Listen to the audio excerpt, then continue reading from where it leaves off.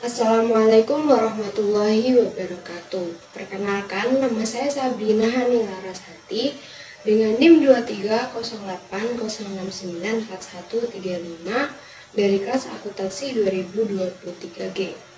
Pertama-tama yang saya hormati Ibu Dr. Irengganis Register Maniara selaku dosen pengampu mata kuliah Bahasa Indonesia kelas akuntansi 2023G beserta teman-teman dari kelas akuntansi 2023G yang saya banggakan.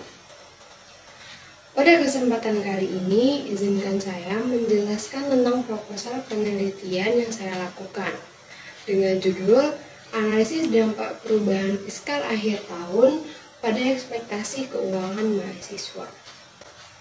Yang pertama merupakan latar belakang.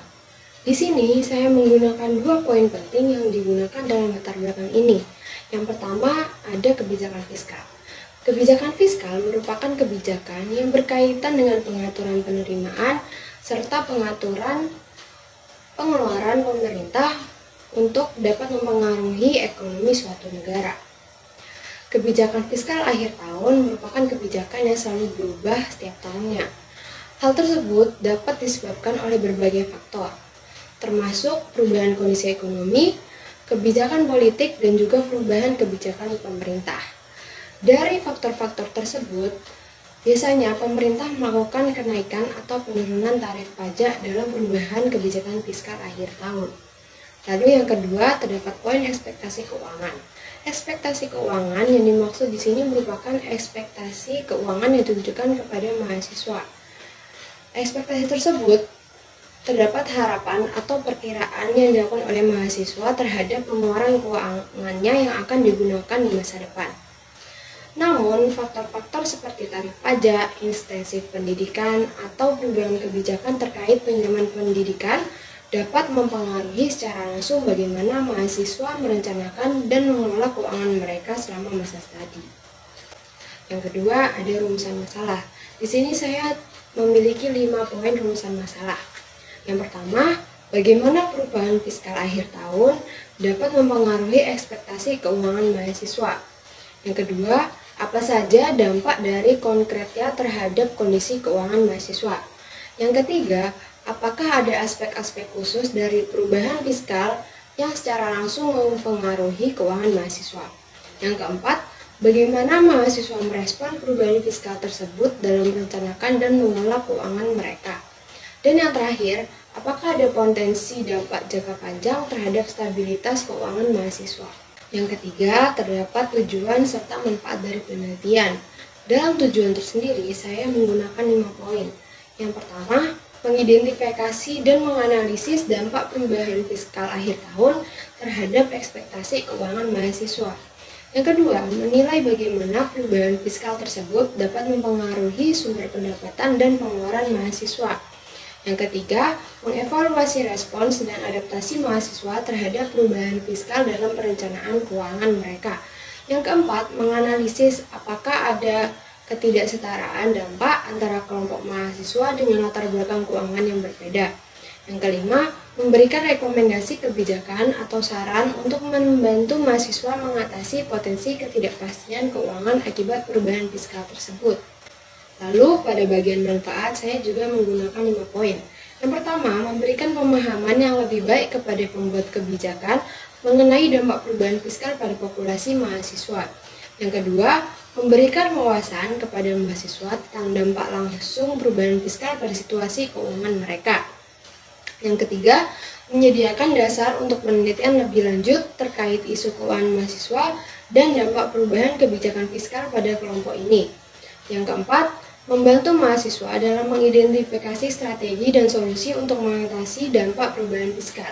Dan yang terakhir, dapat membantu menciptakan solusi atau dukungan yang dapat meningkatkan kesejahteraan dan stabilitas keuangan mahasiswa. Yang ketiga, terdapat metode penelitian. Jenis penelitian yang peneliti gunakan merupakan sistem penelitian kuantitatif. Penelitian kuantitatif dapat diartikan sebagai penelitian yang menggunakan sistem pengambilan data dalam jumlah yang banyak.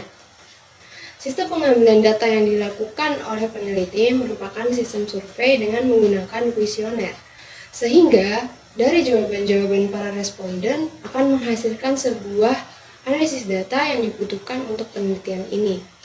Lalu terdapat pendekatan penelitian. Pada proposal penelitian ini, penulis menggunakan pendekatan kuantitatif, di mana pendekatan kuantitatif juga dapat menggunakan sampel akhir dari analisis data. Analisis data tersebut dapat dilakukan setelah semua data terkumpul sesuai dengan keadaan yang sebenarnya. Lalu, terdapat sumber data dan data penelitian. Terdapat dua data yang dapat digunakan dalam data penelitian ini. Yang pertama merupakan data primer. Data primer merupakan data yang dapat diperoleh dengan cara mengumpulkan data oleh orang yang melakukan penelitian. Data primer yang peneliti dapatkan merupakan jawaban-jawaban dari responden pada kuesioner yang sudah diberikan. Lalu yang kedua, data sekunder. Data sekunder merupakan data yang dapat diperoleh melalui sumber-sumber yang telah didapatkan oleh orang-orang yang sudah melakukan penelitian terlebih dahulu. Peneliti mendapatkan data primer melalui artikel jurnal dari penelitian-penelitian yang sudah ada. Lalu ada teknik analisis data. Teknik analisis data yang digunakan pada penelitian ini merupakan analisis deskriptif. Analisis deskriptif merupakan pendekatan statistik yang bertujuan untuk menggambarkan serta menganalisis data dengan cara yang sistematis dan terperinci. Analisis ini membantu dalam memahami perubahan kebijakan fiskal yang telah terjadi dan menghubungkannya dengan permasalahan mahasiswa atas ekspektasi pengeluaran dalam sistem keuangannya. Dan yang terakhir, terdapat teknik pengumpulan data. Teknik pengumpulan data yang dilakukan pada penulis pada proposal kali ini merupakan kuesioner. Kuesioner merupakan salah satu instrumen penelitian yang terdiri dari serangkaian pertanyaan. Pertanyaan tersebut bertujuan untuk mengumpulkan informasi dari responden dengan berbagai macam bentuk jawaban.